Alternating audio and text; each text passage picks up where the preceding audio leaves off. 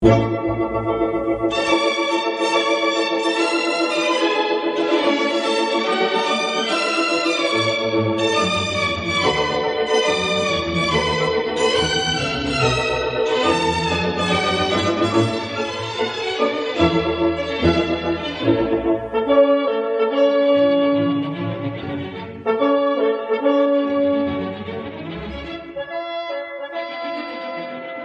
pendengar yang kami hormati, selamat berjumpa kembali dengan RBM Reform Broadcasting Ministry dari Sekolah Tinggi Teologi Reform Indonesia yang ada di Jalan Kemang Utara 9. Dan kami sudah lebih dari 20 tahun melakukan berbagai macam pelayanan dan termasuk juga ada berbagai macam degree program yang sungguh-sungguh serius kami garap dengan orang-orang yang memang Tuhan kirimkan bersama dengan kami. Dan jikalau Anda merasa terbeban menjadi konselor atau menjadi seorang hamba Tuhan atau teolog, silakan join dengan kami. Ada ujian masuk pada bulan Juli dan bulan Januari. Nah, kiranya bisa menghubungi kami dengan nomor 799-0357. 799-0357. Dan kita masih di dalam membicarakan akan topik yang sama, yaitu pertanyaan-pertanyaan yang sering kali muncul dalam hidup orang percaya. Dan kita sudah bicarakan beberapa sesi, dan kali ini secara khusus kita akan memikirkan pertanyaan yang sering kali muncul dalam hidupan orang percaya, yaitu mengapa Tuhan Engkau tidak mengabulkan doaku? Mengapa Engkau tidak mengabulkan permintaan doaku? Mengapa Engkau membiarkan aku menderita? Apakah Engkau mengasihi aku? Nah, meskipun kita adalah orang-orang percaya, tidak jarang Tuhan itu mengizinkan di tengah kehidupan yang berdosa ini. Alasannya bisa macam-macam. Alasannya bisa oleh karena kita sendiri yang ceroboh, cara kita makan juga semau sendiri, dan sebagai cara kita bergaul juga semau sendiri, cara kita hidup juga semau sendiri. Di tengah dunia yang berdosa ada hukum sebab akibat yang namanya hukum alam ini. Dan kadang-kadang itu orang percaya pun bisa menderita luar biasa. Oleh karena kecerobohannya dia menikah dengan orang yang tidak mencintai Tuhan, tidak mencintai akan istrinya atau pasangannya.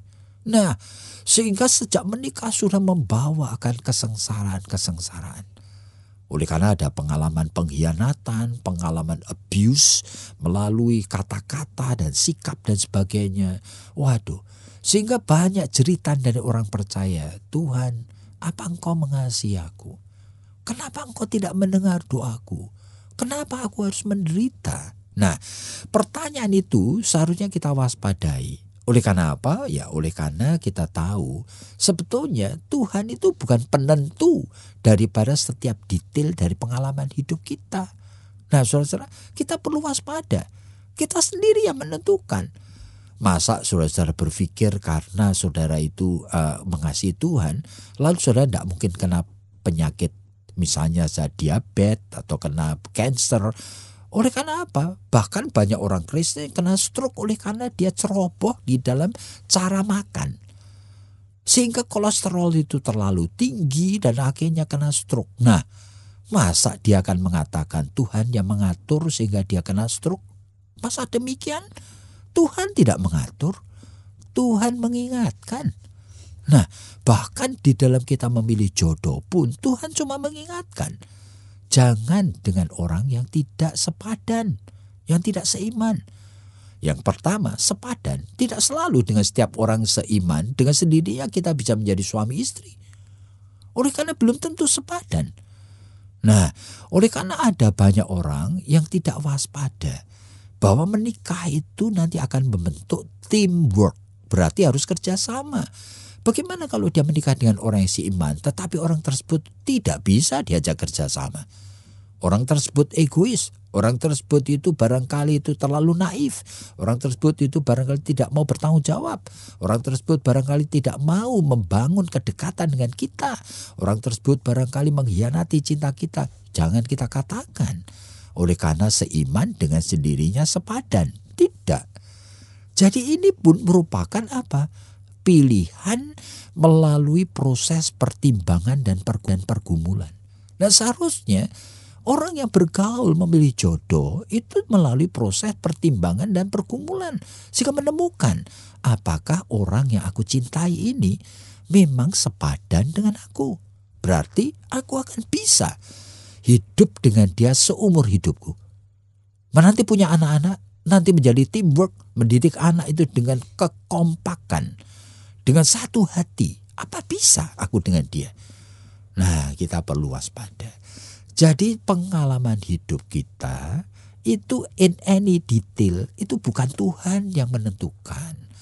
Jadi meskipun Tuhan itu maha kuasa, jangan kita menjadikan dia menjadi yang harus bertanggung jawab atas setiap detail nasib hidup kita.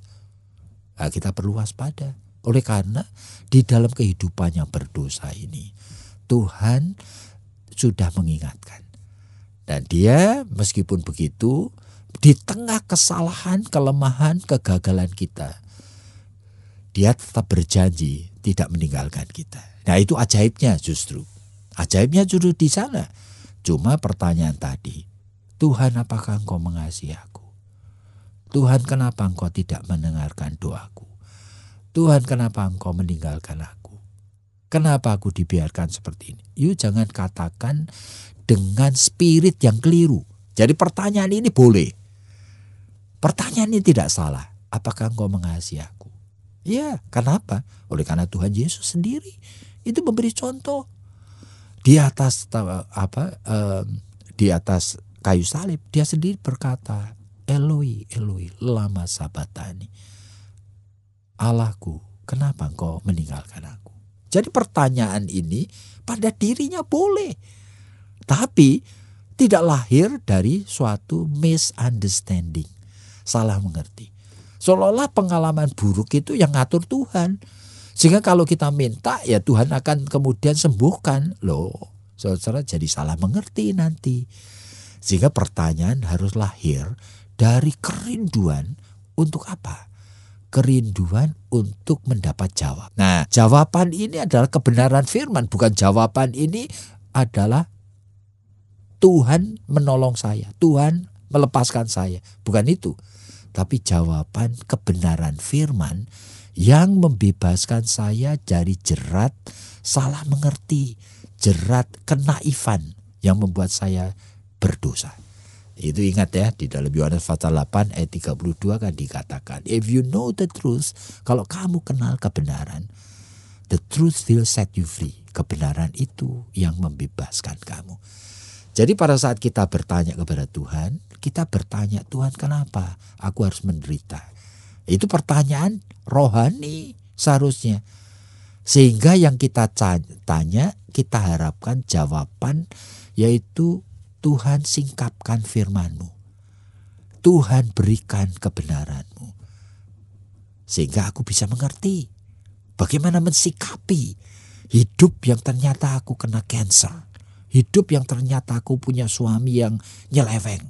Hidup yang ternyata itu aku punya usaha yang bangkrut. Nah, perhatikan ini. Yang kita butuhkan apa? Firman-Nya. Bukan jawaban pertolongan sehingga resep membuat saya hidup enak lagi. Bukan itu. Nah, itu baru step yang berikutnya. Jadi mari kita dengar apa yang Ibu Esther mau katakan. Ya Pak, kan tidak mudah bagi kehidupan anak-anak Tuhan itu untuk masuk di dalam pengenalan atau masuk di dalam pemahaman seperti yang tadi Bapak katakan. Oleh karena biasanya setelah kelewat begitu, misalnya pernikahan yang kita rasakan begitu ya, sangat menyiksa oleh karena pasangan itu bukan anak Tuhan, pasangan bukan seiman, sehingga banyak sekali masalah itu muncul. Tapi kan lalu kemudian pertanyaan kita, ya kenapa? Ya memang saya salah misalnya. Tapi kenapa Tuhan kok dulu-dulu juga tidak memberikan warning begitu, tidak memberikan peringatan. Tuhan kok juga tidak memberikan kepada saya itu misalnya suatu tanda yang jelas. Jangan dengan orang ini begitu. Kok kenapa enggak begitu? Kan banyak orang tuh yang kalau sudah salah lalu kemudian kita maunya itu kan mencoba, Tuhan kalau memang ini tuh bukan kehendakmu, ya mulai dari sekarang pasangan saya itu mungkin mati atau apa, atau sakit atau apa begitu. Pokoknya dihukumlah gitu supaya saya tidak menderita lagi. Nah itu kok kenapa kebanyakan dari kita tuh kok puter-puternya itu di situ terus Ya gitu itu, loh Pak. apalagi nanti dalam pelayanan konseling, kita nanti akan berhadapan. Barangkali sebagian besar dari klien kita itu sebetulnya mempunyai jeritan yang sama. Tuhan, apa Engkau mengasihi aku? Kenapa Engkau tidak mendengarkan doaku? Yang Engkau membiarkan aku menderita. Nah selalu begitu. Oleh karena apa ya, manusia naturnya ingin bebas dari kesulitan. Bebas dari penderitaan, bebas dari kesengsaraan, bebas dari masalah.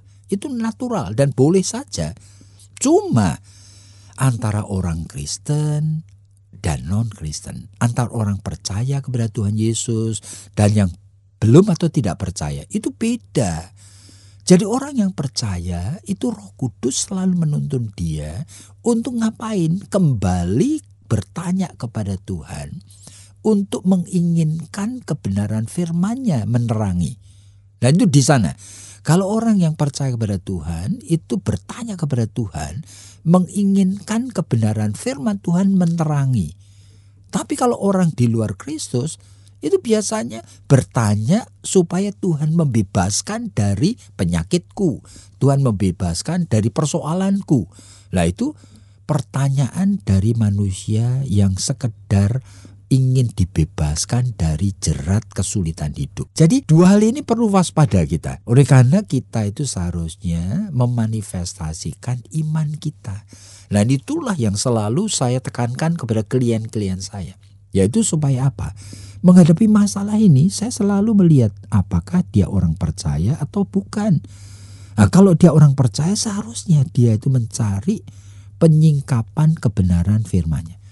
Jadi Pak, kalau mencari kebenaran, penyingkapan daripada kebenaran firman, kan orang itu kan seringkali juga kalau mereka itu kalau membaca misalnya, kan langsung saja buka Alkitab gitu, plak begitu. Tapi bukan membaca itu dari satu bagian ke bagian yang lain secara berurutan. Dalam tanda kutip, kan sebetulnya anak-anak Tuhan itu kan ada keinginan untuk mengenal firman itu secara Makanya benar. belum tentu, itu persoalan belum tentu karena sebagian besar anak Tuhan itu pun mendukacitakan Roh Kudus. Sehingga dalam sesi yang lalu kan kita ingatkan, sehingga baca Alkitab pun tidak mau, males, tidak tertarik. Nah, pada saat membaca cuma seperti tadi Ibu katakan, buka plek begitu aja, seolah-olah mau menemukan resepnya. Padahal Tuhan inginkan sebetulnya pertumbuhan itu seharusnya gradual, bertahap. Dan pertumbuhan dari orang percaya perlu dituntun dari keluarga di mana orang tuanya menuntun, nanti di gereja juga gereja dan hamba Tuhan itu menuntun, sehingga akibatnya dia sudah mulai terbiasa sebenarnya bergaul. Nah sekarang persoalannya klien-klien yang kita hadapi sebagian besar tidak punya modal yang baik ini. Nah itulah sebabnya kalau sampai kita ingatkan mereka supaya mencari penyingkapan kebenaran, itu tidak selalu related baca Alkitabnya, bukan itu. Tapi kebenaran yang sesuai dengan prinsip Alkitab. Nah seharusnya mereka itu inginkan itu. Kebenaran apa? Misalnya aja, waduh merasa suami itu nyeleweng karena berselingkuh dengan orang lain. Sekarang pikirannya yang muncul cuma kebencian, ingin balas dendam sama suami. Nah, kebenaran yang prinsipnya Alkitab, itu meskipun saya tidak menyebutkan ayat, misalnya saja dari Yohanes pasal 8 ayat 32, tapi saya akan beritakan kepadanya. Supaya dia terbebas dari jerat kebencian itu dulu, dan dia ingin sekali supaya Roh Kudus menerangi hatinya, sehingga dia melihat secara objektif, sehingga dia justru melihat suaminya nyeleweng itu dengan mata dan perasaan Kristus. Yang apa? Yang kasihan melihat orang berdosa yang terjerat di dalam dosanya. Sehingga pikiran baru dari istri yang dihianati ini bukan lagi terjerat pada pikiran lama cuma benci dan marah, tapi sekarang ada belas kasihan Kristus sehingga dia itu belajar punya wisdom. Bagaimana mensikapi suaminya yang terjerat dosa. Nah itu kebenaran yang membebaskan itu di sana. Iya Pak, tapi kan kalau yang saya perhatikan begitu ya, banyak orang yang misalnya suami selingkuh, hidupnya tidak bahagia begitu ya, banyak konflik, banyak selalu mengatakan suami egois atau ini atau itu. Nah itu tuh yang saya lihat kan bukannya lalu kemudian dia itu minta begitu ya kepada Tuhan supaya menerangi hatinya, sehingga seperti tadi yang Bapak katakan juga, supaya nanti itu kalau Tuhan sudah menerangi hati dan pikiran kan baru ada belas kasihan. Oh kok kasihan amat ya, dia itu seperti ini kan karena dia jatuh di dalam dosa dan tidak mengenal kebenaran. Tapi kan itu prosentasinya itu kecil gitu loh Pak, yang saya lihat begitu ya. Kalau sampai kepada kesadaran seperti itu, begitu loh. Yang saya lihat kebanyakan kan, ya sudah kalau tahu bahwa suaminya selingkuh, apalagi kalau terus-menerus sudah dikasih tahu, sudah dicoba untuk dikonseling, tapi terus melakukan hal yang sama, itu kan sudah sampai kepada titik jenuh, ya sudahlah. Yang dia pikirkan kan cuma kalau Tuhan itu betul mengasihi saya, kenapa toh kok nggak didengerin gitu loh. Wong kalau Tuhan itu mencoba mengubahkan pikirannya juga dalam waktu berapa detik juga pikirannya bisa berubah. Tapi kan kenyataannya itu tidak seperti itu. Jadi apa sih yang tadi itu Bapak mau katakan begitu loh, bahwa kita itu sebetulnya kita jangan cuma ingin bebas dari kesulitan hidup, tapi kita juga harus mencari kebenaran Tuhan atau kebenaran firman yang menerangi. Masalah hidup seringkali itu selalu dilihat dengan misunderstanding. Dan selalu berpikir itu dengan dialektik sebab akibat. Sehingga saya itu punya kesulitan dan saya ingin bebas, cuma itu saja. Banyak orang datang kepada Tuhan, berseru-seru kepada Tuhan, tapi sebetulnya tidak ingin untuk mengenal apa yang Dia itu sediakan bagi kita.